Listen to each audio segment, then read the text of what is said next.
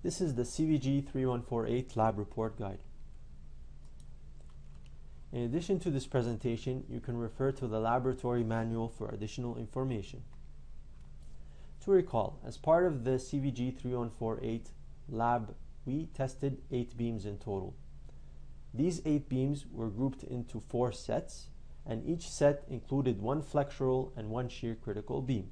So for example, beam A was designed to have a ductile flexural failure, whereas beam A1 was designed to have a shear critical response. And the difference between the two is beam A had stirrups and beam A1 did not have stirrups. The difference between beam A, B, C, and D was the amount of reinforcement. So beam A had 215 M bars, beam B had 220 M bars, beam C had 225 M bars, and beam D had even more reinforcement. So you can refer to the manual for all the details.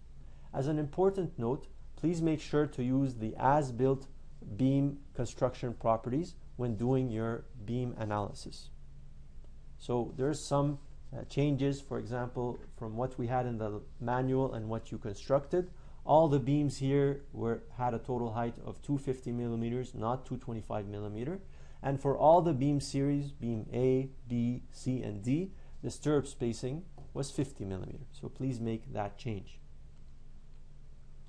For series D, because we had difficulty in placing the reinforcement at the bottom of the beam, instead of the original design of 325 M, we used 225 plus 120 M bar. So please make that change.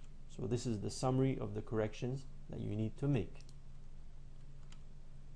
Some notes about the loading. So you tested these beams under something we call 4-point loading. And so what we measured with the computer is the total load. If you look here, there's a load cell beneath this hydraulic jack. So that's what was recording, the total load P, and the midspan deflection. So that's the data that you have, total load P versus deflection. This setup is such that this total load is subdivided into 2-point loads, and the spacing between these point loads and the point loads and the supports is L/3. So if your total span is 2.4 meters, that's the total span in between the supports, each of these L/3 regions is 800 millimeters. Knowing this, you can determine your reactions, you can draw your shear diagram, and you can draw your moment diagram. So that's something you should do in your lab report.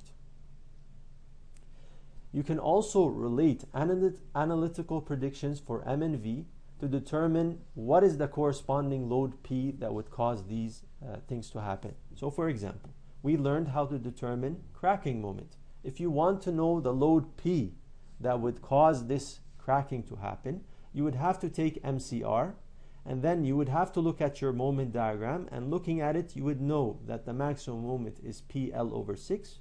So if I know this, I can isolate for P and plug in my M equals to MCR here, and then I can find the P that corresponds to MCR. Similarly, I can find the P that corresponds to moment resistance, MR, and I can find the P that corresponds to shear resistance, VR, by knowing the maximum shear in this diagram. So that's an important note. This slide outlines what should be included in the lab report.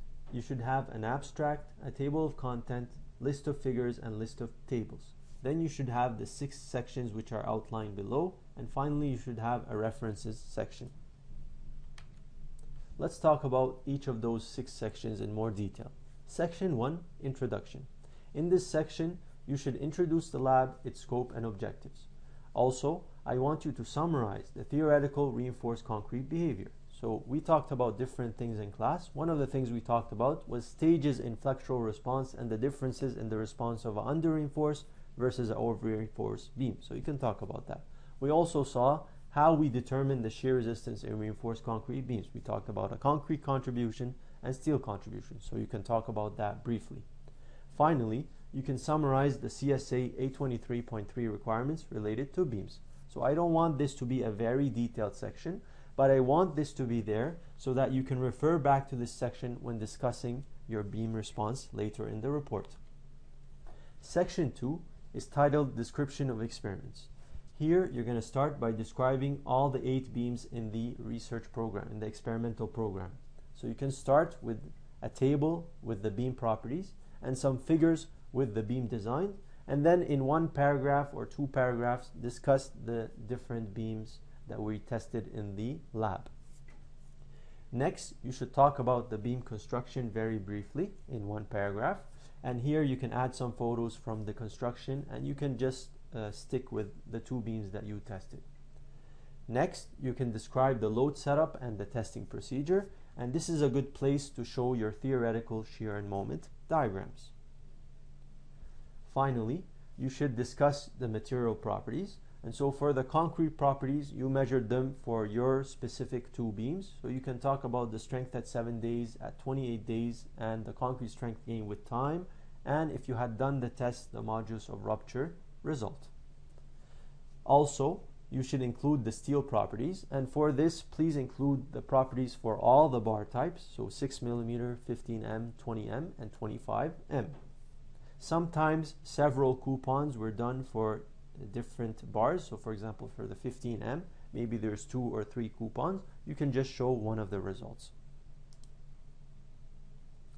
Section 3 is your section for analytical calculations. Here, only for the two beams that you tested, I want you to determine several things. First of all, you should determine the cracking moment, MCR, and the moment resistance, MR, shear resistance, VR, and the balance reinforcement ratio. Note that when you calculate MR, VR, and balance reinforcement ratio, you should use 5 factors equal to 1. So we're trying to determine nominal moment capacity, nominal shear capacity, and nominal balance reinforcement ratio. So instead of using phi C equals 0.65 and phi S equals 0.85, which we use in design, let's try to determine the nominal values for these. With the above, you can predict the load at which first flexural cracking is formed. You can also determine the shear capacity and your flexural capacity. And you can predict whether the beam is going to fail in shear or flexure. So I'll let you think about that here. In addition to this, as an optional exercise, you can use a program called Response 2000, which is a free download from the University of Toronto, to predict the total load deflection response. If you look at the second part of this recording, I'll show how you use this program. But basically, after you input your concrete properties and beam properties in the program, you'll be able to get a total load versus deflection response. And you can use this to compare to your experimental results later. Section 4 discusses results and discussion. So here you're going to do several things. First, you're going to discuss the individual response of the two beams you tested. So you're going to show the load deflection response, and you're going to talk about the observed beam behavior. After this, you're going to compare the response of the two beams you tested. So in part 1 here, you should discuss each beam on its own, and then in part 2, you should compare the response of the two beams. Remember, there was one that was supposed to fail in flexure, the other one was supposed to fail due to a shear failure. And finally, you can compare your experimental results versus the analytical predictions for the two beams you tested in the experimental program. So here in this section, I want you to stick just to the two beams you tested. Finally, in section 5, you're going to do a comparative study.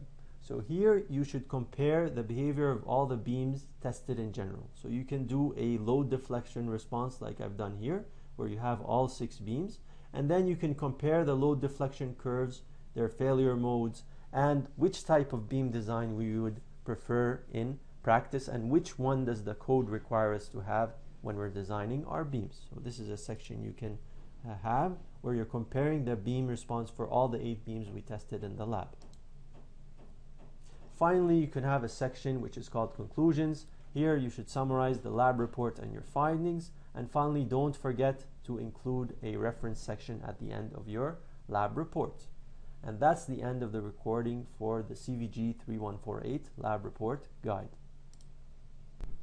In this part of the recording, I'm just going to quickly show how we can use program Response 2000 to predict the experimental load deflection response of our beams.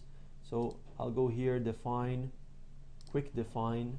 You can give your beam a name, beam A. Concrete properties, let's say it was 40 MPa.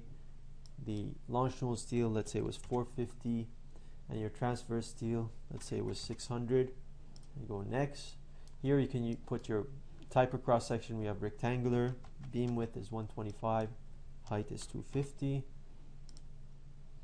and we had 215 M bars for this particular beam. And we had stirrups, so we can go open stirrup. Instead of using these 10M, etc., you're not going to find the 6.35 millimeters, so let's do select by bar area. And for the 6.35 millimeter bar, you're going to find that area is 31 millimeters squared, and the spacing, that's for each leg, and the spacing was 50 millimeter. Your clear cover was 30, and there's our beam design. You should look at this figure to make sure everything looks okay. Then we can go to loads, full member properties. Here I have to put my shear span. In our beam it was 800, and then we had a constant moment zone which was also equal to 800. We click OK, and then I go to solve, member response, and then it does sectional analysis, so it uses moment curvature response, and based on that it finds load deflection response. So what it's predicting here is the load P/2 versus the midspan deflection. Okay, so that's important. This load here is P/2, so you have to multiply these values by 2. And what you can do is, you can see here they've put the crack widths at different location, and you can look at it as the loading is being applied, how is the cracking happening, etc. Okay, if you want to copy this data, you can go copy chart data, and then you can paste that into Excel. Okay, so that's, for example, the beam with stirrups. If I want to do the one without stirrups, I can go to define transverse reinforcement, and I can delete the stirrups. Okay, so now you see there's no stirrups, and then I just go solve, member response, and you'll get now the response without the stirrups, and you'll get the shear failure. Okay, just as a note, let me try another one here. Let's try the one with 225M. So I'll just input these here.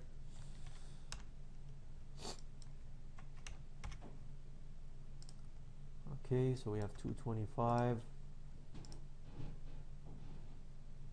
We have open stirrups. Again, it's the same thing as before. Okay, you're gonna see something like this happen. So basically what it's doing, it's looking at the CSA bar spacing requirements. So according to the bar spacing requirement, there's no way we can fit 2 bars in here.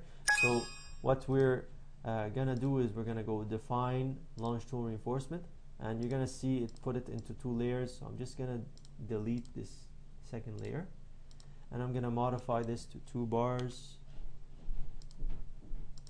And if you do this now, it's gonna be okay.